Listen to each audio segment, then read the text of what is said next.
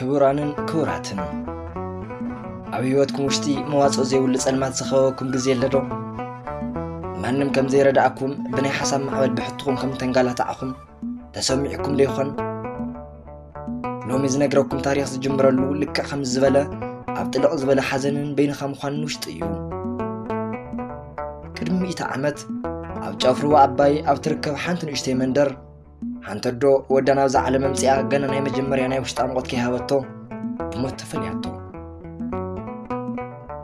أديو سانة نشته هزان عالم جنا خو جمارو تشكنت له برتها تزعت أوتل المسيل ونيرو جنا اتبي بخيات بمكران استجمر هيوت دحراي بمليونات نزقوا صار استجنوا نفسات نايس حقن نايس سلامن إلو ناي تصفان مسرت كونان إذا تاريخ سلاح عوي ناي زمننا جقنا عيو أو جزء حشوا أبستملوا برخاوشتي مع نمكره هو نفزي يخل إنباوسيو بعد تفلفلو عرسو زحابة أتو تحت بحتاوي كمي تاريخ كم زغيرة كمي لون بس خون كم زخالة أفكر مستحطونا قستاتنا بقدم بوليتيكانياتن كيف فرحة أو زبلة أو جزاءات حيلين بيت مأثرتن وش تخوينو الناس أنا تسبخة جن كعاء مسترها زبل ناس أنا تنكخن كله كم ناس أنا يوهزو خنا عمي يبو كاب كايرو يونيفرسيتي نايت مرتي الدراسات كساوو تدراو كامب كبر خانة بحتونا بعتي كسام مبل 110 شوعتن ناي قدوس ماركوس منبر زبصحة زي ناي امنت حربنيا منيو هيوتو نتنايلهم منو قالسنا بديجيتال عالم نزورر امرنا نمين خام خانن ناي منت حتو غرم زخونه تغبار ملسلو هايمانوت كاب درق صنص حسابنت توصيو ناي هيوت ممرح زغورو ناي برخم بسا مغرم غعزو حزخن جمرينا لبخون كفيتكم تخاتاتلنا ازي ناي تفتاوبو ناي قدش شندا سالساوي مغرم تاريخيو ز خبركم سدرا 300 ميديا ኣብ ትሕቲ እግዚአብሔር ብናትኩም ሓገዝ ካብ ዝተበጊስና ኣብ ዓብይ ደረጃ ንምብጻሕ ብዙሕ ንምግልጋልን ሕልሚ ሒዝና ተላዒልና ኣለና ንኸዶ መንገዲ ነዊሕ እዩ ራእይና እውን ዓብይ እዩ ገና ዘይተነገሩ ታሪክ ቅዱሳን ዘይተወግዕሎም ምስጢራት ቤተ ክርስቲያንን ናብ ዝወለዶ ክባጽሑ ዘለዎም ኣኢላፍ መንፈሳዊ ፍረታት ኣለዉ ነዚ ራእይና ዓብይ ደረጃ ንምብጻሕ ዓቕምና ንምዕባይ ዝሓሹ ስራሕቲ ሒዝና ንምቕራብን ድምፂ ቤተ ክርስቲያንና መላእ ዓለም ንምብጻሕን زحش عقب يدلي إيمو كلهم سدرا ميديانا لأن صراحة زلنا صراحتي بتعجست بمرأي هناس رأيتهم قدف لنا نخلو السبات شرب مقارون ناكلين خباز حقور لنا كم أون وترو صراحتنا بولتف نخباز حكم سبسكرايب بمقار نخت حجزنا بتحتنا نحدد بس ما أب وولد ومنفس قدوس عدو أملاك أمين أفتاريخ وشتي زيد وزو أمناي زمن السليرة زي فحقو وحدات سمات اللو زوم سمات ني حدا هاجر دنبر تشاجيرهم ني حدا تولد عد محاليفهم نزل العالم كم ناي برهان فانوس أمناي سبح لنا وشت دمي قمينه لومي تاريخ نترخلو بحال تاريخ كم ززبلا عبي سبيو السو بناي برخا سقطان ناي كتم هوا خدم سنستملالسه أو كلمة نجستات كي تقلبسه أو كلمة صنعت جن كم يوهز نورأيو نايت غيبن نايت صنعت تمثاليت ناي قدوس ماركوس منبر مبل 110 شوعة باتراريك قدوس شنودا سلساوي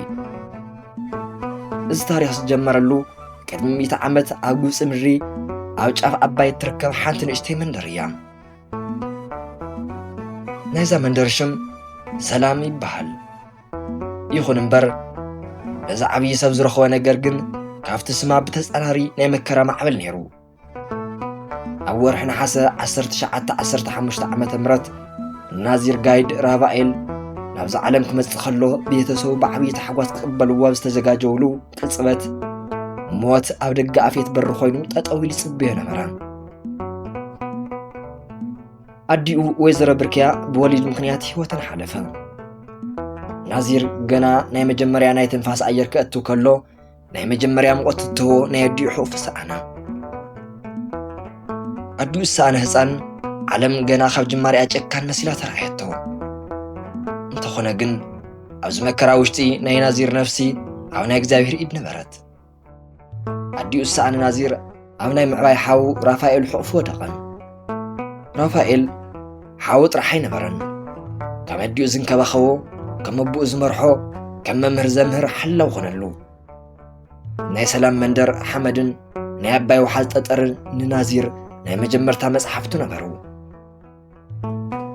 أفتوم ناي قطر مندراتن چكا غزاوتن أب تحصلالوت زنبابا نازير نقربيتن مرحينة زدلو يصنعات من الممار جمرا ناي نازير قلعنت زمن كم كالي إحسان بصوتا طرح استملأي نبرن أوشت زندد ناي تاريخ فلتاتن سمع نبرن جنا بعشل أدمي ومصحفت مقلبات ناي تنت على مستر ممرمار ناي بيت كريستيان زيمان صلوتن مسنا أزوترن بيتسو ناب كايرو خدو خلو نازير حدش ناي فلتات الماس تخافتلو ناي كايرو قرما موغسن ناي يونيفرسيتي صفحاتن ناي نازير أمرو صبوق قوات كونلو أب كايرو يونيفرسيتي ناي تاريخ ترمير تخجمر كالو علامو تاريخ من ما بطرح زي كونس تاريخ مسرحون مخانو بوشت يفلت نيرو عسرت الشعات أربعتات مجمرتاتات نازير أو يونيفرسيتي وشت قولي استرائيت مارا يكونا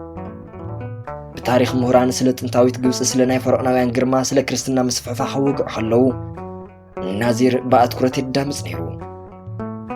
نعوقو أبزموت سبات مزقب زي كونس نايلو متولد زمهرلو زقب بقى ممهر نيرو أوزناي تمرت زمن نازير ناي قط من سنة صحف انتبابا داويرو نقالات كم شغلها سرحي ناي مئزاز حاسبات كم ناي ورق سرحي مصراي وهوتو بزقزع انتبا نقرقن نازير أبنا يونيفرسيتي دراشات رح يتوسنن كالي زولت أدلاينا هيوت كفل زرخ ولو أب كوبت منفسه وكليش وشتنا برا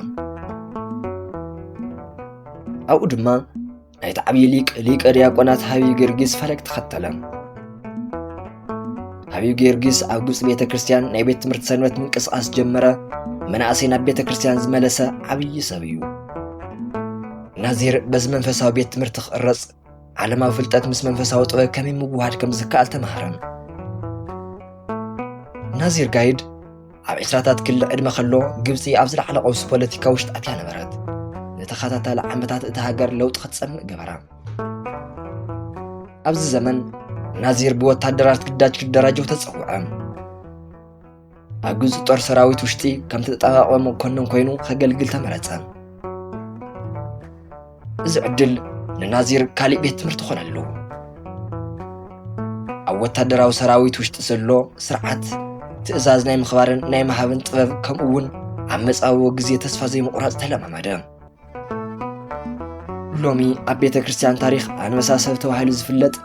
أتناي صنعت بحريقو بتناي وتدراو قداج علاتات بزبلس 5 قرصة منم ترطر يبلو ناي وتدرنا خدانو ليقو ناي مصحفت مدردر خستاخل كلو نازير حد حتى وشتي ملالس نبرا إذا كل فلتات إذا كل تاريخ مرمرن إذا كل وتدراون لممد نمنيو زبل ملسو جن قلص نبرا بيت كريستيانن نزتقف عتولدن نازير أبيت مرتسنوات وشتي بنقحات مستاف جمرا منا أسي سوسيون مهارف جمر الجزا دمسو كمل خد يسمع نبرا ناتو تمرتي درق ندف حسابي نبرن وقاداس هيوت زلوو زدهسسن زجبت نبرا بمجمريا أبنا هيوت معرف نازير قايد نيادي فرص سان هسان ولا كواتخونا ناي እግዚአብሔር ረቦነትን ناي ቤተ ክርስቲያን አድነትን ብዝግባእ ተረዲ ይዓብዩ ኣብ ሰላም መንደር ዝተዘርአ እቲ ናይ ጥበብ ዘርኢ ኣብ ካይሮ ዩኒቨርሲቲ ኣዳራሻት ውሽጢ ተኾትኩቱ ብወታደራዊ ግዳጅ ውሽጢ ጠንኪሩ ናብ ዓብዪ ፍረ በፂሑ እዩ ናዚር ናይቲ ታሪክ ምሁር ወታደር ገጣምን መምህርን ንምዃን በቂዑ እዩ ኮይኑ ግና እዞም ኩሎም መፀውዒ ሽማት ነቲ ንሱ ክኾነ ዝግባእ ዓብዪ መንፈሳዊ ግርማ መንገዲ ፀረግቲ ጥራሕ ነበሩ ኣብ ዋዕዋዕታ ከተማ ካይሮ ብተፈላጥነትን ብፍልጠት ኣክሊል ተኸቢቡ ዝነብር መንእሰይ ናዚር ጋይድ ኣብ ልቡ ውሽጢ ግን ካልእ ዓለም ምንፋቕ ጀመረ ብዓይኒ ዝራዕ ዓወት ብእዝኒ ዝስማዕ ምጎሳን ኣብ ዝሪኡ ዘሎ ናይ ስልጣን ክብርን ነብሱ ዘበቅዕ ኣይኮነን عسرت شعات ربعتات مودعتا حمسات مجمرتا النازير بناي جوس مهران عبي الشمر خبا كوين جنا عوجتو حدا دمس خمدولي جول اتدمسي او نازير نعلم وين قديفكا نفتحك انيا من قد تملس الزبل نايمن فاستعوبت نورا حملة 1946 عام تمرد كما أوروباوين أقواصر هدما 1954 نازير نعمت هالزخازون نورتن زنان تسفاز قبر اللي سرح كله 5 أرقى خدان دربايو عم كايرو زركو فتوتن تمهارون بعبية قرامت انتنقل كاتوو نسجن عرسنا معراب برخات تبلا ازقو عزو اني حدا تراسم مملات نبرن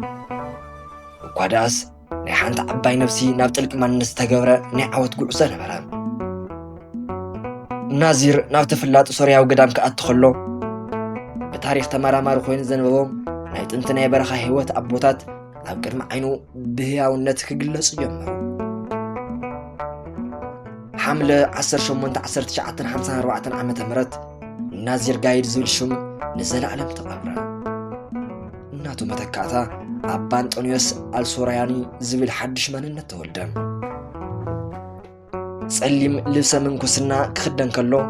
ناب رؤسو قوي أخدف خلو نافت زقدم ناي سلام من قد فراين نتملسا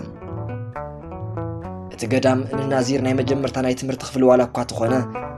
ناتو صمعت جن افت قدام كابزركو قد وشت اينهرن نسو زدلي استقويتا طرح مخان نبرا بز مغنيات افت قدامن نخلت عمتات دحر مقلقالو 1956 عام تمرت فرنجي أبا أنطونيوس بطعم شقاري نابزو خانا أي بحتونا هيوات نمسقار والسنة كابت قدام شوعات ما يريحو أبزر الكل سيبك خودا نابزي يخيل نبرا خوزام أوون بيدو بعات مففال جمرا اتبعتي نهيت قولت قزات رحي نبرن ني عالم كفاءة واجواجتان مكالا خلي مشيقو ونبر أفتاس أدباب بعت وشتي نشدشت عمتات زخون عبي تكرر جمرا ناي برخات عايفتنا بعت أفدق عرف كله نسجن بوشتو كالق برهان يرئي نبرا مقو نشتك اجعل ماين كدانو ونسألين كابا نبرا بتسقطان السو أبا أنطونيوس ناي ود سب دمسي سمعن زسمعو ناي نفاس دمسي ناي تحاشوات نفاسن أو لبس سمع ناي اكزاوير دمسن طرح نبرا أبا أنطونيوس أبا عدوشتي بيني نبرا وقاداس لبو ملأت نبرو لومي نحنا أما أخل سبات كوينا بيننا زوخنا سمعنا لبنا ترحو سلا زوخنا أيو أبا أنطونيوس جن أبناي برخات أو تخوينو ملا عالم بصولتي حقو فنايرو عينتي عمتكو زول قتم الصحافو أبزبع التفزنا ورا اللقزي أيو عينتي عمتكو نعلم كيرأي بوشت أيقن كالعالم رأخو أبزل المسمر ناي بحتاونو طعم قليسو أيو حزوون فتوتو من نهاجرم مؤمنان كم سوعو أبا أنطونيوس أنتا ناولنا مزوع عن خنق الصلينا أفتن شدشت عمتات وشتي أبا أنطونيوس أبسقطا وشت زركب حالي تمهرا سقطا مالت زروات أتقوم مبال زي كونس نفسي نايك زيابير دمس أنا مسمع عمي أمدلام مخانو بتاقوار الأيو اتبعتي نهيوتي نورستو خانم أبو منفسه وقت متات صحافة انتهونا يا بيت كريستيان مصحفتي بناي شمع برهان مرمرة كاو كلن لعلي كعا عرسو نايمش النافط وافت لما مدام ازي ناي بحتمنا زمن دحرو حزي باتراريك نموخان ناي منفس حات انستعاد قلو اتون نبرا أبقر من أجستاز بزي من كتكات أتقو نخبل دفرز رخبلو بناي برخاتو خالد بناي سيط أنفتنان ما أخل بسقلو تبزا حلفو اللقزي أيو لناي حزمنا أسي ولدو زنقرو عبي مستر تزهلو مسبع الخا سلام تزي فتيركا مس عالم سلام كلوكا أي خئلن زبليو أبا أنطونيوس أبا عتنو على الرخبة نوعلم سرخبخ عن فتاري رخبة كوين قنام بزناي سقطها تصانيحيت نزل عالم نخلص لي فقدن نقوص بيت كريستيان زمت زولو معبلن نايستو مهرم مشرشارن نزناي برخان مسا ናብ ከተማ ክጽውዕ ጀመረ ب1962 ዓመተ ምህረት ፈረንጂ ኣብቲ ግዜ ዝነበሩ ቅዱስ ፓትርያርክ ቄርሎስ ሻድሻይ ናይ ኣባ አንጦኒዎስ መንፈሳዊነት ብምርዳእ ካብ በዓቲ ወፂኡ ንቤተ ክርስቲያን ከገልግል ጻውዒት ተቕረበሉ ኣባ አንጦኒዎስ ነቲ ናይ በዓቲ ስቕታን ነቲ ናይ በረኻ ሰላምን ዋላ እኳ እንተሰሰዐ ናይ ቤተ ክርስቲያን ጻውዒት ግን ብጣዕሚ ጥብቅ ምዃኑ ይፈልጥ ነይሩ ናይ በረኻ ንፋስን ናይ በዓቲ ስቕታን ካብ ኣባ አንጦኒዎስ ልበ ይረሓቐን በታ ጸባብ በዓቲ ውሽጢ ምስ ፈጣሪ ኮይኑ ዝሕልፎም ዓመታት ኣብ ነብሱ ዕምቆት ዘለዎ ሰላም ሓቲሞምሉ እዮም ኮይኑ ግና እግዚኣብሔር ነዚ ናይ በረኻ አንበሳ ካልእ ዕላማ ነበሮ ኣቐዲምና ከም ዝበልናዮ ብ1962 ዓመተ ምህረት ብፓትርያርክ ተጸውዐ ዝተዋህቦ ሓላፍነት ንጵጵስና ማዕርግ ነበረ ቢሾፕ ኦፍ ክርስቲያን ኤዱኬሽን ማለት እውን ናይ ትምህርቲ ጳጳስ ኮይኑ ከገልግል ሽሙ እውን ብፁዕ ኣቡነ ሽኖዳ ተባሂሉ ተጸውዐ ካብ በዓቲ ስቕታ ናብ ናይ ካይሮ ዋዕዋዕታ ንምምላስ ንባሕታዊ ኣቦ አንጦኒዎስ ቀሊል ኣይነበረን ኮይኑ ግን ንሱ ዝተኣዘዞ ናይ ሰብ ድምፂ ዘይኮነስ ናይ ፈጣሪ ጻውዒት ነበረ ኣቡነ ሽኖዳ ናይ ትምህርቲ ጳጳስ ኮይኖም ንክሽወሙ ከለዉ ኣብ ግብፂ ኮፕቲክ ኦርቶዶክስ ቤተ ክርስቲያን ውሽጢ ሓዱሽ ናይ ብርሃን ዘመን መፈለምታ ኾነ ንዘመናት ብልምዳዊ ኣሰራርሓን ብደረቕ ትምህርትን ተወሲኑ ዝነበረ መንፈሳዊ ናይ ትምህርቲ ስርዓት ካብ መሰረቱ ንምልዋጥ ተለዓሉ ናዚር ጋይድ ኣብ ካይሮ ዩኒቨርሲቲ ዝቀሰሞ ፍልጠትን ኣብ በረኻ በዓቲ ዝረኸቦ መንፈሳዊ ፍልጠትን ተዋሂዶም ዓብዪ ኣብየት ፈጠሩ መጀመርያ ትኹረቱ ኣብ መንፈሳዊ ኮሌጃት ነበረ ኣቡነ ሽኖዳ ትምህርቲ ማለት ናይ መጽሓፍ ቃላት ምጽናዕ ዘይኮነስ ናይ ታሪኽን ስነ መለኮትን ናይቲ ዘመን ነባራዊ ኩነታትን ምዝማድ ምዃኑ ይኣምኑ ነይሮም ብምዃኑ ኣብቲ መንፈሳዊ ኮሌጅ ዘመናዊ ናይ ምምሃር ሜላ ኣፋለጡ ተምሃሮ ጥንታዊ ናይ ኣቦታቶም መጽሓፍ ብኦሪጅናል ቋንቋኦም ክመራመሩ ናይ ታሪክ ፍሰት ክርድኡን ብዘመናዊ ዓለም ዝለዓሉ ሕቶታት መንፈሳዊ መልሲ ንኽወሃብ ገበሩ እዚ ለውጢ ብፍላይ ነዚ መንእሰይ ወለዶ ሰዓቦ ይኹን እምበር ናይ ኣቡነ ሽኖዳ እቲ ዓብዪ ዓሻራ ዝጀመረ ኣብ ቅዱስ ማርቆስ ካቴድራል ውሽጢ ነበረ በብሰሙኑ ዓርቢ ዳሓር እውን ናብ ረውዕ ዝተቐየረ ዝህብዎ ሰሙናዊ ትምህርቲ ኣብ ግብፂ ታሪክ ተራእዩ ዘይፈልጥ ክስተት ኮነ ብኣሽሓት ዝቑፀሩ ሰባት ክርስቲያን ጥራሕ ዘይኮኑ ሙስሊም እውን ካብ ካይሮን ከባቢኣን እናመፁ ክመልእዎ ጀመሩ እዚ ጉባኤ ናይ ኣቡነ ሽኖዳ ጉባኤ እናተባህለ ይፍለጥ ኣብቲ ጉባኤ እቶም ፓትርያርክ ኣብ ቅድሚኦም ዝቕመጡ ብኣሽሓት ዝቑፀሩ ብወረቐት ዝተጻሕፉ ሕቶታት ይሕዙ ኣቡነ ሽኖዳ ነዞም ሕቶታት ዝምልሱሉ መንገዲ ብጣዕሚ መገረም ነበረ ዕሙቕ ዝበለ ናይ ስነ መለኮት ምስጢር ከም እምባ ዝኸብድ ናይ ኣቦታት ትምህርቲ ብሰብ ኣእምሮ ብቐሊሉ ክርዳእ ብዝኽእል ቋንቋ የምህሩ ብስራት ተሸካሚ ዝተባህሉ እውን ነዚ እዩ ንሰባት ዝህብዎ ትምህርቲ ተስፋ ዝቑርጽ ዘይኮነስ ተስፋ ዝህብ ነበረ በቲ ዘመን ዝነበሩ ሎሚ እውን ዝህልዉ መናእሰይ ኣቡነ ሽኖዳ እቲ ዓብዪ መሳሪሖም ሰሓቕን ጥበብን ነበረ እቲ ጉባኤኦም ብሰሓቕን ብደስታን ዝተመልአ እዩ ከበድቲ ዝኾኑ ሕቶታት ብዓብዪ ናይ ቃላት ጨወታን ቀልድን ብምብዛሕ ናይ ሰባት ልቢ ይኸፍቱ ንኣብነት ሓደ ግዜ ክርስቲያን ኮይነ ከመይ ለብ ዓለም ብደስታ ክነብር ይኽእል ኢሉ ክሓተም ከሎ እቶም ፓትርያርክ ክምስታ ደስታ ማለት ብደገ ዝርአ ዘይኮነስ ብውሽጢኻ ዘሎ ሰላም እዩ ገጽኩም ብንዴት ዝጸለመ ክርስቲያን ናይ ሃይማኖትኩም ሕማቕ መፋለጥቲ ወይ ድማ ፕሮሞሽን ይኹን ኢሎም መለሱ ኣቡነ ሽኖዳ ናይቲ ዘመን ሰብ ሓሲብዎን ዝነበረ ሃይማኖት ኣብ ገዳምን ብብሕትውና ቆቢዕ ጥራሕ ዝተተሓዘ ሓሳብ ኣብ ከተማን ዝነብር መንእሰይ ብስርሑ ብዝሳቐ ሰራሕተኛን ብመነባብሮን ዝደኸመ ህዝቢ ዝኾን ናይ ህይወት መምርሒ ምግባር ከኣሉ ናቶም ናይ ትምህርቲ ሜላ ናይ ህይወት ትምህርቲ ይበሃል ስለ ጸሎት ከምህሩ ከለዉ ከመይ ኣብ ናይ ቅንጦት መኪና ኮይንካ ምጽላይ ከም ዝከኣል ይነግሩ ስለ ፍቕሪ ከምህሩ ከለዉ ኣብ ሰብኣይን ሰበይትን ማእኸል ስለ ዘሎ ደቀቕቲ በኣስ ከይቀረ ይዛረቡ እቲ ካያይዶኦም ቤተ ክርስቲያን ካብ ደረቕ ሕግታት ሕቑፎ ውፅኡ ናይ ደቂ ሰባት ናይ ዕለት መፅለሊ ገበራ ነዚ እውን እዩ ብኣሽሓት ዝቑፀሩ ናይ ዩኒቨርሲቲ ተምሃሮ ኣቦና እናበሉ ናብቲ ካቴድራል ዝውሕዙ ንሶም ንመናእሰይ ወለዶ ዝነበሮ መመላኻኽታ ብኽብሪ ዝተመልአ እዩ መናእሰይ ናይ ቤተ ክርስቲያን ጽባሕ ዘይኮኑስ ናይ ቤተ ክርስቲያን ሎሚ እዮም ይብሉ ነይሮም በዚ ናይ ትምህርቲ ጵጵስንኦም ዘመን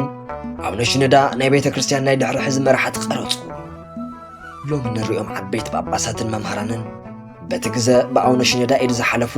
ኣብ ናይ ረውዕ ጉባኤኦም ዝተሳተፉን ኣብ መንፈሳዊ ኮሌጅ ብኦም ዝተምሃሩን እዮም ናይ ኣቡነ ሽኖዳ ትምህርቲ ካብ ግብፃውያን ሓሊፉ ናብ ዓለም ኩሉ ተባፅሐን መጽሓፍቶም በብገጹ ምእታው ጀመሩ እናቶም ጽሑፋት ከም ዘረውኦም ኩሉ ግልፂ ዕምቆት ዘለዎም ሰሓብትን እዮም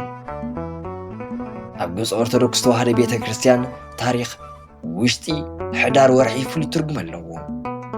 ብ1964 ዓመተ ምህረት ብኣውሮፓውያን ኣቆጻጽራ ድማ ብ1971 ናይ ካይሮ ሰማይ ብጸሎት ብጭንቀትን ማእኸለፍ ዘለዎ መንፈሳዊ ድባብ ተመሊኡ ነበረ እቲ ዓብይን ተፈታውን ቅዱስ ፓትርያርክ ቄርሎስ ሻድሻይ ናብ ጎይቶኦም ድሕሪ ምስብሳቦም ብሚልዮናት ዝቑጸር ምእመናን ዓይኖም ናብ ቅዱስ ማርቆስ መንበረ ቕኒዖም ቀጻል ጓሳና መን ይኾን ኢሎም ይጥይቁ በቲ ግዜ ንሱ ናይ ትምህርቲ ጳጳስ ዝነበሩ ብፁዕ ኣቡነ ሽኖዳ ምስ ካልኦት ክልተ ሕፁያት ነቲ ዓብይ መንበር ቀረቡ ነገር ግን እዚ መረፃ ከምዚ ዓለማዊ መረፃ ብበዝሒ ብድምፂ ዝውሰን ዘይኮነስ ብሰማያዊ ኣምላኽ ኣብ ምድሪ ዘሎ ወኪል ዝመርፀሉ ናይ ዒፃ ሰዓት ዝከናወነሉ ነበረ ኣብ ካቴድራል ዘሎ መዓዛ ብዕጣን መዓዛ ዝተኣወደ እዩ ናይ ዲያቆናት ዜማ ናይ ህዝቢ ናይ ኪርያላይሶን ድምፂ ካብ ምድሪ ናብ ሰማይ ዝወፅእ መሳልል ይመስል ኣብ ውሽጢ ኣብቲ መንበር ዝተቐመጡ ናይ ብሪ ጽዋዕ 3 ሽማት ተጻሒፉ ተቐመጠ ካብዞም 3 ሽማት ማእኸል ሓዲኡ ዝመርጽ ድማ ንጹህ ምንም ዘይፈልጥ ህፃን እዩ እቲ ህፃን ዓይኑ ተሸፊኑ ናብቲ ጽዋዕ ኢዱ ክሰድድ ከሎ መላእ ናይ ግብፂ ምድሪ ትንፋሳዊ ሒጣ ትጽበ ነበረት እቲ ህፃን ኣውፂኡ ዝዘርግሖ ወረቐት ናይ ኣቡነ ሽኖዳ ዝብል ሽም ዝተጻሕፈ ነበረ ዘጋጣሚ ይኮነን ዘበረኻ በዓቲ ውሽጢ ን6 ዓመታት ብስቕታት ዝጸለየ መነኩሴ ሕዚ ኣብ ቅድሚ ሚልዮናት ታሪኽ ንኽሰርሕ ብመለኮታዊ ፍቓድ ምምራፅ ዘብስር ዓብዪ ክስተት ነበረ ሕዳር 14 1971 ዓመተ ምህረት ፈረንጂ ኣቡነ ሽኖዳ ናይ ቅዱስ ማርቆስ መንበር መበል 117 ፓትርያርክ ኮይኖም ክሽወሙ ከለዉ ኣብ ልዕሊኦም ዝደፍእዎ ኣኽሊል ካብ ወርቅን ካብ ዝኸበረ ኣይማንን ካብኡ ንላዕሊ ድማ ናይ 2000 ዓመታት ታሪኽ ሸኽሚ ዝሓዘ ነበረ ቅዱስ ሽኖዳ ሳልሳይ ዝብል ስም ሒዞም ነቲ መንበር ክርከቡ ከለዉ ግብፅን ቤተ ክርስቲያንን ኣብ ዓብዪ ናይ ለውጢ ማዕበል ውሽጢ ነበሩ ኣብቲ ግዜ ግብፂ ኣብ ውሽጢ ናይ ፖለቲካ ውጥረት ካብ ምዃና ንላዕሊ ብዙሓት ዝተምሃሩን በዓል ሞያታትን ዝኾኑ ናይ ኮፕቲ ክርስቲያን ካብ ዓዶም እናወፁ ናብ ምዕራባዊ ዓለም ዝስደዱሉ ግዜ ነበረ እቲ ሓድሽ ፓትርያርክ ገና ካብ መጀመርያ መዓልቲ ጀሚሮም ዝተረድእዎ ሓደ ሓቂ ኣሎ ኣባጊዒ ካብ ሕቑፈይ ወፂኦም ናብ ዓለም እናተበታተኑ እዮም ኣነ ከዓ ጓሳዮም ስለ ዝኾንኩ ተኸቲለዮም ክኸደለኒ ኢሎም ወሰኑ እዚ ረኣዩ ንናይ ዓለም ኣቀፍ መርከብ ዘግሎዋል ኣርክ መሰረት ዝኾነ ቅዱስ ሽኖዳ ሳልሳዊ ቤተ ክርስቲያን ካብ ግብፂ ጸበብቲ ደንበራ ተውፅኦም ናብ 5 ኣህጉራት ንምስፍሕፋሕ ቆሪፆም ተልዓሉ በቲ ግዜ ኣብ ወፃኢ ዓዲ ዝነብሩ ናይ ኮፕቲክ ቁፅሪ ውሕዳትን ዝተበተኑ ነበሩ እሞ መብዛሕትኦም ድማ መንነቶምን ሃይማኖቶምን ብናይ ባዕድ ሃገር ባህል ተተሓሒዞም ነበሩ እቶም ፓትርያርክ ግን ንስኻ ንግብፂ ተገደፍካያ ግብፂ ግን ኣባኻ ክትነብር እያ ዝብል መሪሕ ሒዞም ምጓዓዝ ጀመሩ ኣብ 1980ታትን ውሽጢ ቅዱስ ሽኖዳ ተጓዓዛይ ፓትርያርክ ኮኑ ናብ ኣሜሪካ ካናዳ ኣውስትራልያ ንኣውሮፓ ብምኻድ ናይ መጀመርያ ኣብያተ ክርስቲያናት ብኢዶም ሰርሑ እዚ ጉዕዞኦም ግን ናይ ህንፃ ምህናፅ ጥራሕ ኣይነበረን ናይ ትውልድ ምህናፅ እምበር ንሕድሕድ ኣጉር ፍሉያት ጳጳሳት ሸሙ እዞም ጳጳሳት ዝተመረፁ ነቲ ናይቲ ከባቢ ቋንቋን ባህልን ዝፈልጡ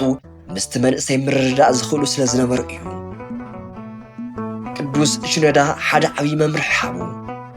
ስርዓተ ቅዳሴ ብጥንታዊ ኮብትን ግሪክ ቋንቋን ይጽናዕ ትምህርትን እቲ ንባቡን ግን በታ ሃገር ቋንቋ ይኹን በሉ እዚ ዓብዪ ክያድ እዩ ብእንግሊዘኛ ብፈረንሰኛ ብጀርመነኛ ዝወሃቡ ትምህርትታት ኣብ ስደት ንዘለዉ መናእሰይ ናብ ቤተ ክርስቲያን መለሱ እቲ መንእሰይን ቤተ ክርስቲያንን ጋሻ ምዃኑ ቀሪው በዓል ገዛ ኾነ እቲ ፓትርያርክ ኣብ ኣውሮፓን ኣሜሪካን ዝነበሩ መናእሰይ ዝሃብዎ ዓብዪ ውህብቶ ኩርዓት ነበረ ንስኻ ናይ ፈርዖን ዘርኢኻ ካብ ዝበሃል ንላዕሊ ንስኻ ናይ ቅዱስ ማርቆስ ወንጌላዊ ውላድ ኢኻ ንስኻ ናይ ሰማዕታት ደም ውፅኢት ኢኻ እናበሉ ነቲ ትውልዲ ሞራል ሃነፁ ቤተ ክርስቲያን ንስደተኛ መንእሰይ መንፈሳዊ መጽለሊት ጥራሕ ዘይኮነትስ ማሕበራውን ኣህጉራውን ማእኸል ንኽትኮን ገበሩ ኣብ ስደት ዓዲ ንዝነብሩ ኮብት ኣብ ሰሙን ሓደ መዓልቲ ተረኺቦም ናይ ዓዶም ምግቢ ዝበልዑልን ቋንቋኦም ዝለማመድሉ ኢሉ እውን ናይ ነፍሲ ኣቦኦም ዝረኽብሉ ንእሽተይ ግብፂ መስረቱ ናይ ግብፂ ሽነዳ እስትራቴጂ ካሊእ መገረም ነገር ናይ ሚድያ ኣጠቓቕሞኦም እዩ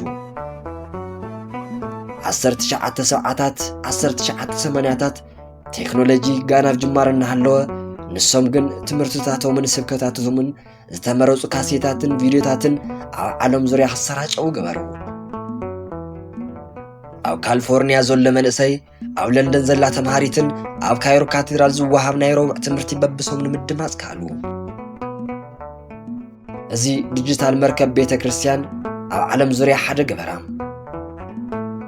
ኣብዚ ንርድኦ ነገር ቅዱስ ሽነዳ ካብ ግብፂ በረኻ ዝወፀ እቲ ባሕታዊ መነኩሴ እዩ ኣፈላላይ ግን ሕዚ ዝጽልዩ ንባዕሎም ጥራሕ ዘይኮነስ ኣብ መላእ ዓለም ንዝተበተኑ ብሚልዮናት ዝቑፀሩ ውላዳቶም ምዃኑ እዩ ንሶም ዘርእይዎ ዓብዪ ጥበብ ነቲ ሱርኪ ሓደጉ ቅርንጫፍ ምስፈፋሕ ዝብል እዩ ናይ ቤተ ክርስቲያን ሱር ኣብ ግብፂ ሓሸዋን ኣብ ናይ ኣባይ ወሓዝን ዋላ እንተኾነ ቅርንጫፋታ ግን ክሳብ ኒውዮርክ ሲድንን ፓሪስን ተዘርጊሑ እዩ እዚ ናይ ዓለም ኣቀፍ መርከብ ጉዕዞ ግን ብዘይ ፈተና ኣይተጓዓዙን እታ ቤተ ክርስቲያን ኣብ ደገ ዓዲ ክትስፋሕፋሕ ከላ ኣብ ግብፂ ውሽጢ ከዓ ናይ ፖለቲካ ፀሓይና ምቆመፀ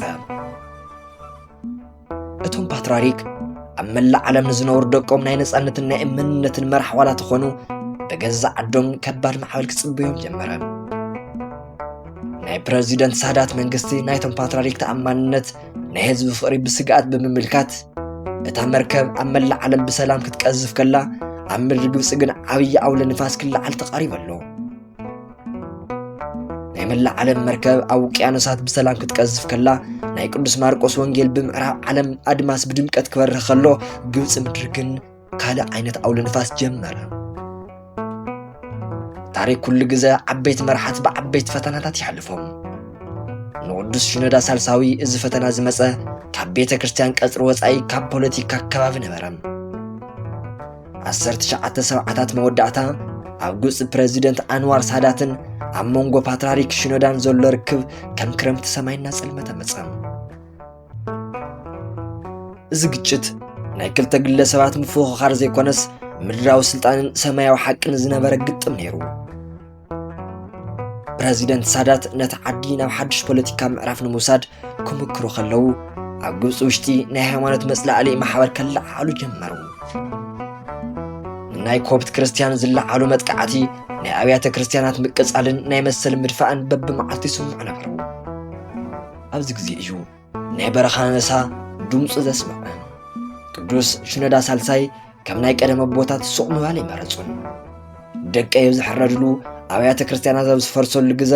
እቲ ጓሳ ስቕ ክብለ ይኽእልን በሉ እቶም ፓትርያርክ ንናይ ክርስቲያን መሰል ጠጠው ምባሎምን ንመንግስቲ ምንቃፎምን ንሳዳት ብጣዕሚ ቁጢዕዎም እዩ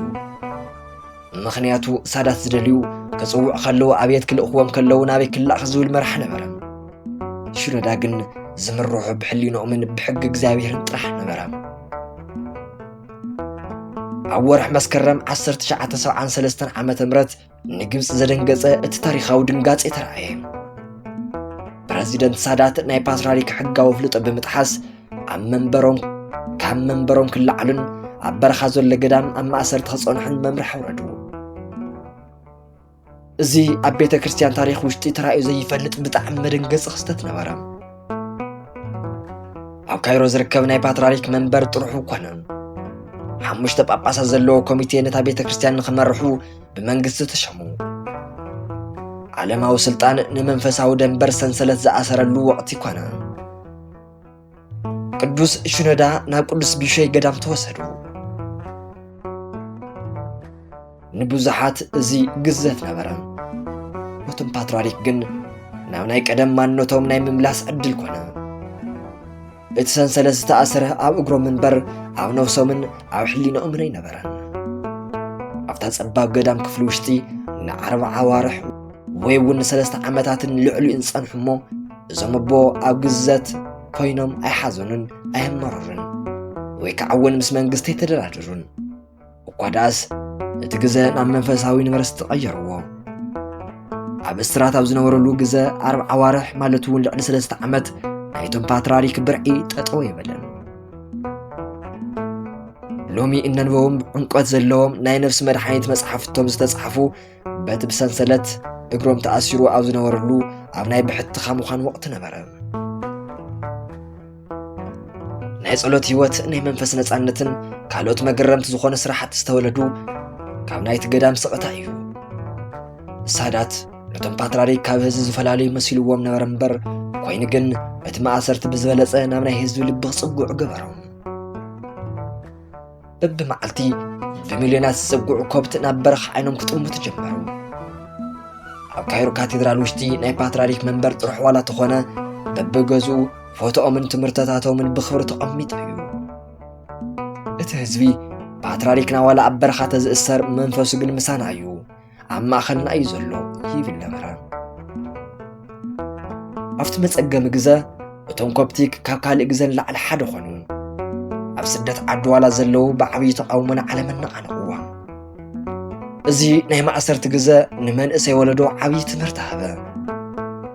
ሓቂ ዋላ ብሰንሰለት እትእሰር መጨረሻ ግን ነጻነት እያ ዝብል። ቅዱስ ሽኖዳ ኣብቲ ገዳም ውሽጢ ኮይኖም ይጽልዩ ይጾሙን ይጽሕፉን ነበሩ። ኣብ ቅድሚ ሳዳት ንምንብርካኽ ኣይፈቐዱን። ንባዕሎም እቲ መንበር ናይ ስልጣን ምንጭ ዘይኮነስ ናይ ጎይታ መስቀል ዝተኣመንሉ ቦታ ነበረ። ናይ እግዚኣብሔር ፍርዲ ግን ቀልጢፉ ነበረ እሞ እቶም ፓትርያርክ ናብ ማእሰርቲ ኣብ ዝኣተውሉ ኣብ ሒደት ሰሙናት ኣብ ጥቅምቲ ወርሒ 1981 ዓመተ ምህረት ፈረንጂ ፕረዚደንት ሳዳት ኣብ ኣደባባይ ተቐተሉ። ዓለማዊ መርሓ ክሓልፍ ከሎ መንፈሳዊ መርሓይ ኣብ ገዳም ውሽጢ ኣብ ጸሎት ጸንዐ። ይኹን እምበር ፕረዚደንት ሆስኒ ሙባረክ ነቶም ፓትርያርክ ቀልጢፉ ክፈትሖም ኣይከኣለን። እኳ ደኣስ ተወሳኺ 3 ዓመታት ኣብ ገዳም ንኽጸንዑ ተገብረ። እዚ ግዜ ናይቶም ፓትርያርክ ትዕግስትን ንቤተ ክርስቲያን ሓድነት ዘለዎም ፍቕርን ዝፈተነሉን ግዜ ነበረ። ብመንግስቲ ዝተሾሙ ኮሚቴታት ኣብ ውሽጢ ዝነበሩ ፈተናታት ነቶም ፓትርያርክ ተስፋ የቑረፅዎምን። ኣብ መወዳእታ ጥሪ 2 1985 ዓመተ ምህረት ፈረንጂ ቅዱስ ሽኖዳ ካብ ማእሰርቲ ወፂኦም ናብ ካይሮ ተመለሱ። እታ መዓልቲ ንሳ ኣብ ናይ ግብፂ ታሪክ ውሽጢ ዘይትርሳዕ ነበረት። ብኣማእተ ሸሓት ዝቑፀሩ ሰባት ኣብ ካይሮ ጎደናታት ወፂኦም ባባ ሽኖዳ እናበሉ ብደስታን ንብዓትን ተቐበልዎም። እቶም ፓትርያርክ ናብ ማርቆስ ካቴድራል ክኣትዉ ከለዉ ካብ ቅድሚ ሕዚ ብዝበለጸ ገዚፎምን ብዝበለጸ ኸቢሮምን ብዝበለጸ ተፈታዊ ኮይኖምን ነይሮም። እቲ ማእሰርቲ ነቶም ፓትርያርክ ኣየድኮሞምን እኳ ደኣስ ከም ወርቂ ኣብ ሓዊ ተፈቲኖም ብዝበለጸ ከንጸባርቑ ገበሮም እምበር እዚ ናይ ህይወቶም ክፍሊ ንዓለም ኩሉ ዝሃበ መልእኽቲ ግልጽ እዩ። ንሓቂ እትኸፍሎ ዋጋ መጨረሻ ክብሪ እዩ ዝብል ትምህርቲ። ቅዱስ ሽኖዳ ሳልሳዊ ኣብ ሰንሰለት ኮይኖም ዝተጋደልሉ ምኽንያት ንርእሶም ኣይነበረን። ንኽብሪ ቤተ ክርስቲያንን ንነጻነት እትወርድን እምበር እታ ኣንበሳ በረኻ ካብ ግዞት ክምለስ ከሎ ካብ ቀደም ንላዕሊ ጥበብን ይቅርታን ተላቢሱ መጸ። ኣብ ልዕሊ እቶም ዘጥፍእዎም ሕነ ክፈድዩ ኣይደለዩን። የግዳስ ንሓድነት ግብፅን ንዕቤት ቤተ ክርስቲያንን ህይወቶም ዳግማ ይወፈዩ። ካብ ሰንሰለት ጉዞ ተፈቲሖም ካብቲ ናይ ኣንበሳ ዓቕሊ ተማሂሮም ናብ መንበር ቅዱስ ማርቆስ ክምለሱ ከለዉ ቅዱስ ሽኖዳ ሳልሳዊ ሒዞምዎ ዝመፁ ዓብዪ መሳርሒ በትሪ ስልጣን ዘይኮነስ የግዳስ ናይ ጸጋ ብዕርን ነይሩ። ኣብ መዝገብ ታሪኽ እቲ ጸሓፍ ፓትርያርክ ተባሂሎም ክስምዩ ዝገበሮም እቲ ተኸታታሊ ዘይነጽፍ ፍልጠት ምንጮም እዩ ነይሩ። ንሶም ምስ ነገስታት ክከራኸሩ ከለዉ ከም ነቢይ ምስ ሞጓሶኦም ክኾኑ ከለዉ ከም ጓሳ ኣብ ማእኸል መጽሓፍቲ ክኾኑ ከለዉ ግን ከም ትጉህ ጸሓፊ እዮም። ቅዱስ ሽኖዳ ሳልሳዊ ካብ 100 ንላዕሊ መጽሓፍትን ወለዶ ኣርኪቦም እዮም። እዚ ብኸምዚ ዝበለ ናይ ቁፅሪ በዝሒ ጥራይ ኣይኮነን። ነፍሲ ወከፍ መጽሓፍ ብደምን ብንብዓትን ኣብ ጸጥታ በረኻ ዝተወለደ ናይ ነፍሲ ፈውሲ እዩ። ኣጸሓሕፎኦም ከም ንጉህ ፀሓይ ንጹር ከም ፈሰስ ኣባይ ዓሚቑ ከም ማዓር ድማ ጥዑም ነበረ። ኣብ ምብራብዓይ ክፍለ ዘመን ዝነበሩ ከም ቅዱስ ኣትናቴዎስን ቅዱስ ቄርሎስን ዝበሉ ዓበይቲ ኣቦታት ረቂቕ ትምህርቲ ኣብ መበል 20-21 ክፍለ ዘመን ዝነብር መናእሰይ ብዝርድኦ ቋንቋ ኣውሪዶም ኣረዲኦምዎ እዮም። ናጽነት መንፈስ ሕይወትን ንስሓን ንጽህናን ከምኡውን ኣብ ሕይወት ዘለዉ ልምምዳት ዝብሉ መጽሓፍቶም ሎምን ዘለና መናእሰያት እግዚኣብሔር ዘዳለዎም ኣዝዮም ኣገደስቲ ፈውስታት እዮም። ዓለም ብዲጂታላዊ ጨራሕራሕ ኣብ ትውሕዎ ኸሉ ሕይወት ወዲ ሰብ ድማ ብናይ ማንነት ቅልውላዊ ተናወፀሉ ዘለ ዘመን መጽሓፍቲ እቶም ፓትርያርክ ከም መንፈሳዊ ፋርማሲ ኮይኖም እየገልግሉ ኣለዉ። ንጭንቀት ንብሕትውና ንተስፋ ምቑራፅን ንጥርጣረን ዝኾኑ ፈውስታት ካብ ቅዱሳን መጽሓፍትን እናቐመሙ ይቐርቡልና ነይሮም። እሶም ዝጸሓፍዎ ንኣካድያማዊ ምሁራት ጥራሕ ኣይነበረን። የግዳስ ብናብራ ንዝደኸመ ሓረስታይ ንዝጨነቆ ተምሃራይ ንዝቃለስ ዘሎ መንእሰይን እምበር ጥበብ እቶም ፓትርያርክ ካብ ንቡር ንባብ ሓሊፉ ናብ ዓለም ግጥሚ እውን ይበጽሕ እዩ። ቅዱስ ሽኖዳ ናይ በረኻ ገጣሚ እዮም ነይሮም። ገና ኣብ ብንእስነቶም ኣብ ዘመነ ምንኩስንኦም ዝጸሓፍዎም ግጥምታት ሕይወት ወዲ ሰብ ምስ ፈጣሪ እትገብሮ ዓሚቕ ምስጢራዊ ርክብ ዝገልጹ እዮም። ዓይነይ ዓጸኹ I closed my eyes ዝብል ፍሉጥ ግጥሞም ሓደ ሰብ ካብ ናይ ዓለም ተድላን ላዕሊ ናይ መንፈስ ብርሃን ክመርጽ ከሎ ዝስምዖ ነጻነት ዘርድእ እዩ። እዞም ግጥምታት እዚኦም ሎሚ ብዜማ ተቐናቢሮም ኣብ መላእ ዓለም ኣብ ዝርከባ ናይ ኮፕት ኦርቶዶክስ ኣብያተ ክርስቲያናት ከም መዝሙር ይዝመር ኣለዉ። ግጥምታቶም ናይ ቃላት መስርዕ ጥራሕ ዘይኮነስ ኣብ በረኻ በዓቲ ብብርሃን ሽምዓ ዝተጻሕፉ ናይ ልቢ ትርታታት እዮም። ይኹን እምበር ናይ ቅዱስ ሽኖዳ ዓብዪ ናይ ትምህርቲ መድረኽ እቲ ናይ ረቡዕ ሰሙናዊ ጉባኤኦም ነበረ። እዚ ጉባኤ ኣብ ካይሮ ኣብ ዝርከብ ካቴድራል ቅዱስ ማርቆስ ን40 ዓመታት ዝኣክል ከይተቋረፀ ተኻይዱ። ኣብ ዓለም እቲ ዝነውሐን ዝዓበየን ሃይማኖታዊ ትምህርቲ ተባሂሉ ክውሰድ ይከኣል እዩ። ነፍሲ ወከፍ ሰሙን ረቡዕ ካብ 10,000 ንላዕሊ ህዝቢ ነቲ ካቴድራል ይመልኦ ነበረ። እቶም ፓትርያርክ ኣብ ቅድሚኦም ኣብ ዝተቐመጠ ተራ ናይ ዕንጨይቲ ጣውላ ኮይኖም ብኣሽሓት ዝቑፅር ብወረቐት ዝተጻሕፉ ሕቶታት ብፍሽኽታ ይቕበሉ ነበሩ። እቲ ጉባኤ ናይ ሃይማኖት ትምህርቲ ጥራይ ነበረን፣ ናይ ግብፂ ሃገራዊ መረዳድእ መድረኽ እውን እምበር። እቶም ፓትርያርክ ነቶም ሕቶታት ዝምልሱሉ መንገዲ ኣዝዩ ማራኺ ነበረ። ከበድቲ ስነ መለኮታዊ ሕቶታት ብዓብዪ ናይ ቃላት ጥበብን ብዋዛን ብምሕዋስ ናይ ሰብ ልቢ ከይሰወሩ እቲ ሓቂ የስርጽዎ ነበሩ። ህዝቢ ባባ ሽኖዳ ኣቦና ሽኖዳ ኢሉ ዝጽውዖም እውን በዚ ምኽንያት እዚ እዩ። ንሶም ንህዝቢ ፓትርያርክ ጥራሕ ኣይነበሩን፣ ናይ ምኽረቦ ናይ ታሪኽ መምህር ናይ ስነ ልቦና ሓኪምን እዮም ነይሮም። እቲ መድረኽ እቲ መንእሰይ ሕቱ ብነጻነት ዝሓተተሉ ጥርጣሪኡ ዝገለጸሉን ኣባኣዊ ፍቕሪ ዝረኸበሉ ኮነ። ኣብዚ ናይ ዲጂታል ዘመን ቤተ ክርስቲያን ብኸመይ ክትጓዓዝ ከም ዘለዋ ቅዱስ ሽኖዳ ንዓለም ኣርእዮም እዮም። ገና ኢንተርኔትን ሳተላይት ቴሌቪዥንን ከይተለመደ ከሎ ንሶም ግን ኣጋፔ ቲቪን ሲቲቪን ዝተባህሉ ናይ ሳተላይት መደበራት ብምቋም ወንጌል ናብ ነፍሲ ወከፍ ገዛ ኣብፅሕዎ። ነታ ጥንታዊት ቤተ ክርስቲያን ምስቲ ዘመናዊ ስክሪን ኣወሃሃድዋ። ሎሚ ኣብ ማሕበራዊ መራኸቢታት ትምህርትታት ናይቶም ፓትርያርክ ኣብ ዩቲዩብን ቲክቶክን ብብዙሓት ሚልዮናት ዝቑፀሩ ቪው ወይ ድማ ተመልከቲ ምርካቦም ትምህርቶም ዘመን ዘይስዕሮ ምዃኑ የርእየና። ንሶም ሓበሬታ ናይ ምዝርጋሕ ጥራሕ ዘይኮነስ ሓበሬታ ናብ ጥበብ ምቕያር ዘምሃሩ ዓብይ መርሓ እዮም ናይ ቅዱስ ሽኖዳ ብዕሪ ኣብ ውሽጢ ቀጽሪ ቤተ ክርስቲያን ጥራሕ ኣይተወሰነን ብዛዕባ መሰል ፍልስጤም ብዛዕባ ሓድነት ግብፅን ብዛዕባ ሰላም ዓለም ዝጸሓፍዎም ጽሑፋት ኣብ ሃገራውያን ጋዜጣታት ከይተረፈ ይሰፍሩ ነበሩ እቶም ታሪኽ ዝጸሓፍ ፓትርያርክ ቤተ ክርስቲያኖም ኣብ ቅድሚ ዓለም ዘለዋ ክብሪ ክትሕሉ ገይሮም እዮም ኣጸሓሕፎም ሰብ ምስ ሰብ ሃገር ምስ ሃገር ዘቀራረቡ ናይ ሰላም ድልድል ነበረ ሎሚ እውን ተኾነ እቶም ብኢድ ዝተጻሕፉ ናይ ፓትርያርክ መዘኻኸርታት ድርሳናትን ኣብ ስደት ንዘሎ ኣብ ናይ ጓና ባህሊ ውሽጢ ኮይኑ ንዝነብር መንእሰይ ናይ ማንነት መግለፂ ኮይኖም እየገልግሉ ኣለዉ እዚ ታሪኾም ዘርእየና ናይ ሓደ መርሓ ጽንዓት ብዛሕዞ ሰይፊ ዘይኮነስ ብዝመርሑ ብዕሪ ምዃኑ እዩ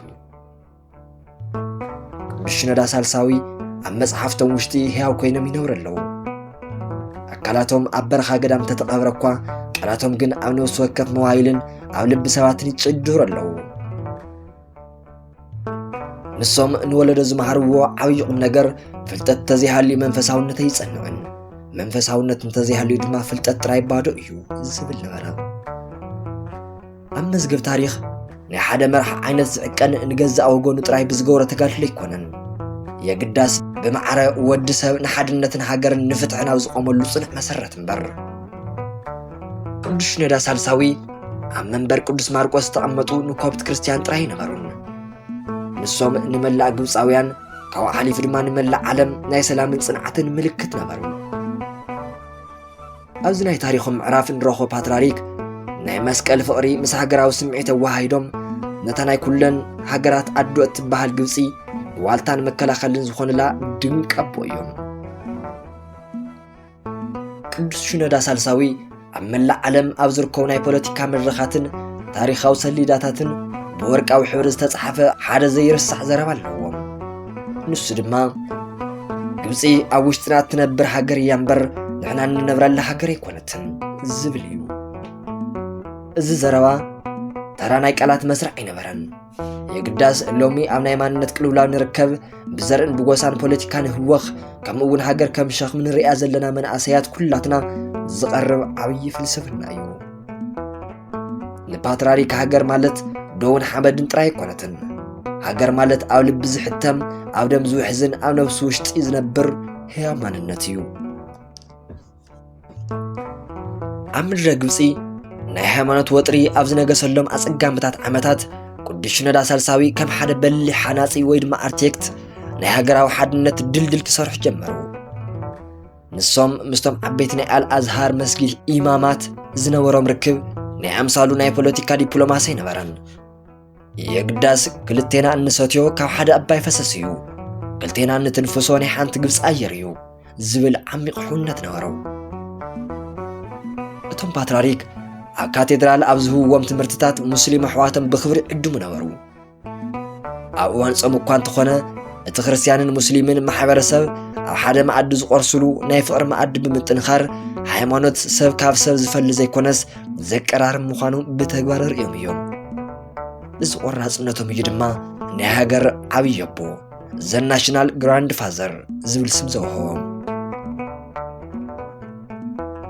ግብፃውያን ኩሎም ክርስቲያን ይኹኑ ሙስሊም ኣብ ጸጋም እዋን ዝዕቀብሉ ምኽሪ ዝሓትሉን ዘጽናዕንዑሉን ዓብይ ጽላል ኮኑ ሎሚ እዚ ናይ ዲጂታል ዓለም ምክፍፋል ኣብ ዝሰፈነሉ ዘሎ ንናይ መናእሰያት ህይወት እቶም ፓትርያርክ ዝነገሩና ዓብይ ምስጢር እንተሃልዩ ሓቀኛ መንፈሳውነት ሰብ ምፍቃርን ንሃገር ጽቡቕ ምሕሳብን እዩ ዝብል እዩ ንሶም ንሓድነት ግብፂ ዝኸፈልዎ ዋጋ ካብ ግዘት ክሳብ ስደት ዝርጋሕ እንተነበረ እኳ ንሓንቲ እኳ ካብ ሃገራዊ ፍቕሮም ፈልከት ኣይበሉን ናይ ቅዱስ ሽኖዳ ሳልሳዊ ዝና ካብ ዶብ ግብፂ ሓሊፉ ኣብ መላእ ማእኸላይ ምብራቕ ዝተናፈሰ ግን ኣብ ጉዳይ ኢየሩሳሌም ንፍልስጤምን ብዝሓዝዎ ቆራጽነት ነበረ ኣብ ዓለም ፖለቲካ ኣዝዩ ተኣፋፋሕ ሓደገኛ ናብ ዝኾነ እዚ ጉዳይ እዚ እቶም ፓትርያርክ ከም ኣንበሳ በረኻ ድምፆም ኣስሚዖም እዮም ንሶም ንሕናን ሙስሊምን ኣሕዋትናን ኢድ ንድሕሪት ተተሓሒዝና እንተዘይኣቲና ናብ ኢየሩሳሌም ኣይንኣቱን ብምባል ኮብት ክርስቲያናት ናብ ቅድስቲ ሃገር ጉዕዞ ከይገብሩ ዓብይ እገዳ ነቢሮም ነበሩ እዚ ውሳነ ኣብቲ እዋን ምስ ዝነበሩ ናይ ፖለቲካ መራሕቲ ናብ ዓብይ ግጭት ዘእትዎም እንተነበረ እኳ እቶም ፓትርያርክ ግን ንፍትሕና ዓረብ ኣሕዋቶምን ዘለዎም ደገፍ ካብ ምግላጽ ንድሕሪት ኣይበሉን በዚ ምኽንያት ዝእዩ ድማ መላእ ዓለም ናይ ዓረብ ፓትርያርክ ዝብል ናይ ክብሪ ስም ዝሃቦም ንሶም ንክርስትና ምስ ናይ ማእኸላይ ምብራቕ ባህልን ማንነትን ኣተሓሒዞም እዮም ፍልስጤማውያን ኣብ ዝሳቐይሉ እዋን ናይቶም ፓትርያርክ ብዕርን ድምፅን ካብ ጎኖም ኣይጠፍአን እዚ ቆራጽነቶም እዚ እታ ቤተ ክርስቲያን ኣብ ሃገራት ዓረብ ዓብዪ ክብርን ተሰማዕነትን ክህልዋ ገይርዋ እዩ ቅዱስ ሽኖዳ ሳልሳዊ ዘርአይዎ ጥበብ ከም ልቢ ተመን ብልህነት ከም ርግቢ ድማ የዋህነት ምምልላስ ነበረ ናይ ሃይማኖታዊ ሓቂኦም ከይተደራደሩ ንናይ ዓለም ለኻዊ ፍትሒ ሕቶ ድማ ድምፂ ብምዃን ዓለም ለኻዊ ተቐባልነት ረኺቦም እዮም ንሶም ዝምሃሩና ኣማን ምዃን ማለት ንሃገር ግዲ ዘይብልካ ምዃን ማለት ዘይኮነስ የግዳስ ንሰላምን ሓድነትን ዕብየትን ሃገር ግንባር ቀደም ተሰላፊ ምዃን ማለት እዩ እቶም ፓትርያርክ ኣብ መንጎ ቤተ መንግስትን ቤተ ክርስቲያንን ዘሎ መስመር ብጥበብ ሓልዮትን ኮይኑ ግን ድማ ንሃገራት ጥቕሚ ክበሃል ምስ መራሕቲ ፊት ንፊት ኮይኖም ንምግፋጥ እንድሕሪት ኣይብሉን ናይቶም ፓትርያርክ ናይ ዓዶም ኣባሓጎታቶም ብዝበለፀ ጎልህ ዝተረኣየ ብ2011 ዓመተ ምህረት ናይ ግብፂ ኣብዮት ኣብ ዝፈንድኣሉ ወቕቲ ነበረ እዚ ወቕቲ ዓረብ ስፕሪንግ ዝፈንድኣሉ ተባሂሉ ይፍለጥ እቲ ዓዲ ኣብ ማዕበል ውሽጢ ኣብ ዝነበረትሉ ግዜ እቲ ወጣት ኣብ ኣደባባይ ኣብ ዝወፀሉን ለውጥ ኣብ ዝናፍቐሉን ኣብቲ መቸገር ግዜ እቶም ፓትርያርክ መልህቕ ኮይኖም ኣገልጊሎም እዮም ዋላ እኳ ኣካላቶም ብሕማም ተተጠቕዐ ድምፆም ግን ንግብፂ ሓድነት ይፅውዕ ነበረ እቲ ሙስሊምን ክርስቲያንን መንእሰይ ኣብ ታሕሪር ኣደባባይ ኢድኒ ኢድ ተተሓሒዙ መስቀልን ወርሕን ጥቓ ንጥቓ ገይሮም እቲ ናይቶም ፓትርያርክ ናይ ብዙሕ ዓመታት ናይ ሓድነት ስብከት ፍረ ናይ ምዃኑ ርአዩ ናይ 10 ዓመታት መንፈሳዊ ጉዕዞ መጠቓለሊ በፂሕና ኣለና ኣብ ታሪክ ማህደር ከም ፀሓይ ደሚቖም ከም ናይ ኣባይ ተፋሰስ ፈሲሶም ከም በረኻ ጽኑዕ ከውሒ ጠጠው ኢሎም ዝነበሩ ቅዱስ ሽኖዳ ሳልሳዊ ምድራዊ ምዕራፍ ክፍጸም ሂደት መዓልታት ቀሪቦም ኣሎ ከም ኣውሮፓውያን ኣቆፃፅራ 2012 መጀመርያታት እቲ ኣብ ኣደባባይ ከም ኣንበሳ ዝዳመፅ ነበረ ድምፂ እናቐጠነ መፀ እቲ ብኣሽሓት ዝቁፀር መፅሓፍቲ ዝፀሓፈ ኣይዳው እናዝሓለ እተን መላእ ዓለም ዝተመላለስ እግሪ ኢድ እናደኸመ መፀ ኮይኑ ግና ናይ ሰውነቶም ምልሕላሕ ንመንፈስን ሓይልን ጽንዓትን ጥንካረን ክእግዶ ይከኣለን እቶም ፓትርያርክ ናይ መወዳእታ መዓልትታት ካብ ትምህርትታት ኩልን ላዕሊ ዓብዪ ትምህርቲ ዝሃብዎ ወቕቲ ነበረ ኣብ መወዳእታታት ናይ ህይወት ዋርሕ ቅዱስ ሽኖዳ ብጽኑዕ ናይ ኮላሊት ናይ ሳንባ ሕማም ይሰቃዩ ነይሮም ብተደጋጋሚ ናብ ኣሜሪካን ሕክምና ዋላ ተመላለሱ ልቦም ግን ኩሉ ግዜ ኣብ ካይሮ ኣብ ትርከብ ካቴድራልን ኣብ በረኻ ኣብ ዘሎ በዓቶም ነይርሓቐን ሓደ ጓሳይ ኣብ መጨረሻ ትንፋስ እኳ ስለ ኣዋጊዑ ከም ዝሓስብ ኩሉ ንሶም እውን ብሕማም ተዳኺሞም ከለዉ ረቡዕ ጉባኤኦም ኣየቋረፁን እቲ ዝገርም ኣብ ዊልቸር ተቐሚጦም ብኦክስጅን ተሓጊዞም ብዝደኸመ ድምፂ ግን ከዓብ ዘይጠፍእ ናይ ጥበብ ፈገግታ ነቲ ህዝቢ ኸጽንዓኑ ምርኣይ ንተመልካቲ ኩሉ ዓብዪ ሰማያዊ ሓይሊ የርኢ ቁስለኛ ንሳ ኣብ መጨረሻ ሰዓት እውን ንትውልዲ ዝህቦ ተስፋ ኣይተወደአን ነይሩ መጋቢት 17 መዓልቲ 2012 ዓመተ ምህረት ከም ኣውሮፓውያን ኣቆፃፅራ ኣብ መላእ ግብፅን ኣብ ዓለምን ዙርያ ኣብ ዝርከቡ ናይ ኮፕት ኣብያተ ክርስቲያናት ውሽጢ ድንገት ስቕታ ሰፈና ናይ ቅዱስ ማርቆስ መንበር መበል 117 ፓትርያርክ ናይ ታሪክ ምሁር ገጣምን መምህርን ቅዱስ ሽኖዳ ሳልሳዊ 88 ዓመታት ኣብ ምድሪ ኣገልጊሎም ናብ ዘለኣለማዊ ገዝኦም ተጸውዑ እቲ ዜና ክስማዕ ከሎ ካይሮ ነብዓት ናይ ኣባይ ወንዝ ምብካይ ዝጀመረ ይመስል ብሚልዮናት ዝቁፀሩ ሰባት ናብ ቅዱስ ማርቆስ ካቴድራል ወሓዙ በቲ ዕለት ዝተረኣየ ሓዘን ናይ ሃይማኖት ኣፈላላይ ኣይበገሮምን ሙስሊም ይኹን ክርስቲያን ናይ ተዓደብ ብሓጎም ሰኣነ ብማዕረ በኸዩ ኣብ ኮፍቲ ቤተ ክርስቲያን ጥንታዊ ስርዓት መሰረት ናይ ፓትርያርክ ኣስከሬን بملء لبسته كنو تملاخعو بورق برورن أخليل دميقو عم منبر باتراري قمت تقبران نسلسته معالت زخوان بمليونات زقود صور مؤمنان أو قدميهم النحالة فتسنابتهم تتأينت نعلم كله عوي ملأخت أم حلالي فنيرو وتم باتراريك بهوت كلو طرح زي كونس عموتهم ون بقرماتهم والأمير رأي نيرم أبقصهم زرق سلام دحرموت زول هيوت رقص إنس زمسكري مسل كوين قنام ناي باتراريك ناي مجرد شافقاد عالم زقر من برا نسوم زتقبرو أب كايرو أب زركب أفت عبيين قرما مقوس نفزلو أب زول كاتدرال وشتاي كوانن قواداس ناوناي مجمّر يا فقري ناوناي برخا سقطها ملسو نيلوم تنازيزوم نيروم بمخان دمام أكالاتهم بوتدراوي هليكوبتر تسعينو نوادي إل ناترون ناقودس بيشوي قدام توسدا تقدم 100 عامتات أب سلام من درس تجمّر بكايرو يونيفرسيتي زحلفة أب قدم نقصات تطوز بلا نعلم الزرع عبيو قعزو داقماينا برخ حشوة تملسا قدش ندا كبعتينا منبر كم منبر نواشة تملسا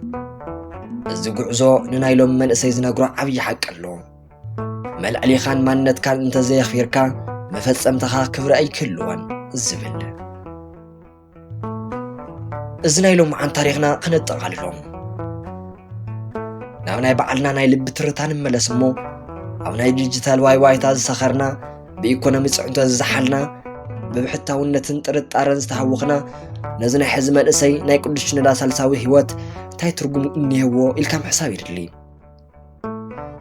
نايزن باتراريك هيوت نعنا سلست عبيت قلفيونا ايو قداماي ناي وشتنا بعت مركاب عالم ولا تتقللتنا تقفعتنا بوشتنا مسفطارينا نرخولو ناي سقطا سفران تحلينا نحنا بزخونه بوتا خوينا بعل سلطاناتنا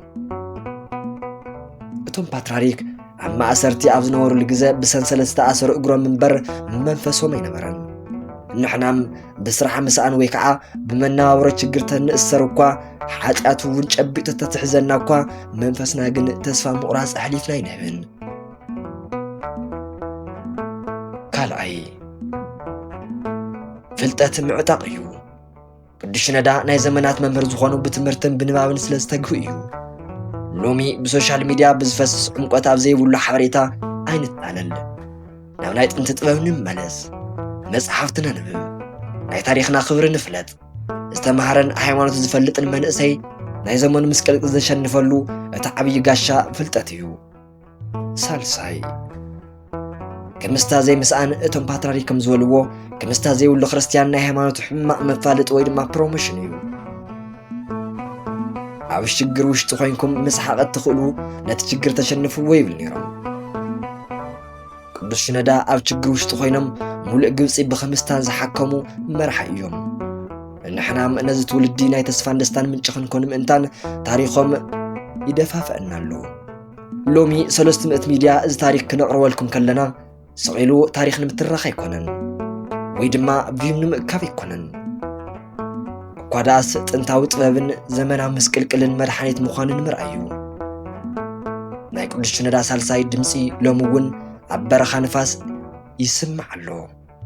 قبصي اوشتنا تنبر كمزول خلو حق انت وحدن انا وشتي نبر اكلاتهم كانت تزفليكوا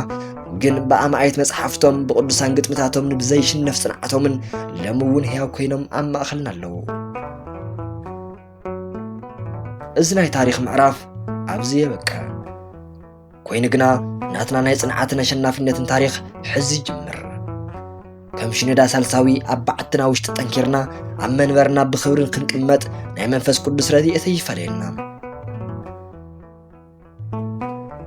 طبب كم مكرا تسفى خاب صنعات يولد زخبركم ناي 300 ميديا بيتساب نلوم عن تزنبرنا تاريخ ازي مسل نيرو كابز تاريخ بزح 5 مهاركم حدش معرف كم تجمروا لن سمولو تسفعنا كوين قنا كمزي عنت تاريخاتن كم نقر زلوهم سنوات نقنا مصق ناتكم حاجة زير لينا يومو نزم ميديا سابسكرايب لايك شير بمقبار بيتساكم وسبحات لك زيابير ولو لادي ترنقل ولا مسكال كور امين